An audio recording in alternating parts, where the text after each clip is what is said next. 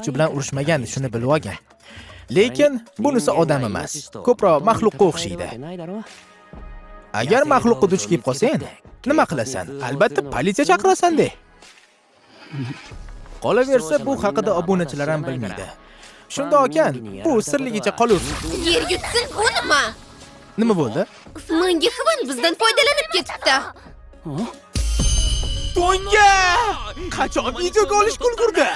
Boshqa ko'p kommentlar yozilibdi. Bilyaj, bizani obro'yimizga putur yetkazishyapti.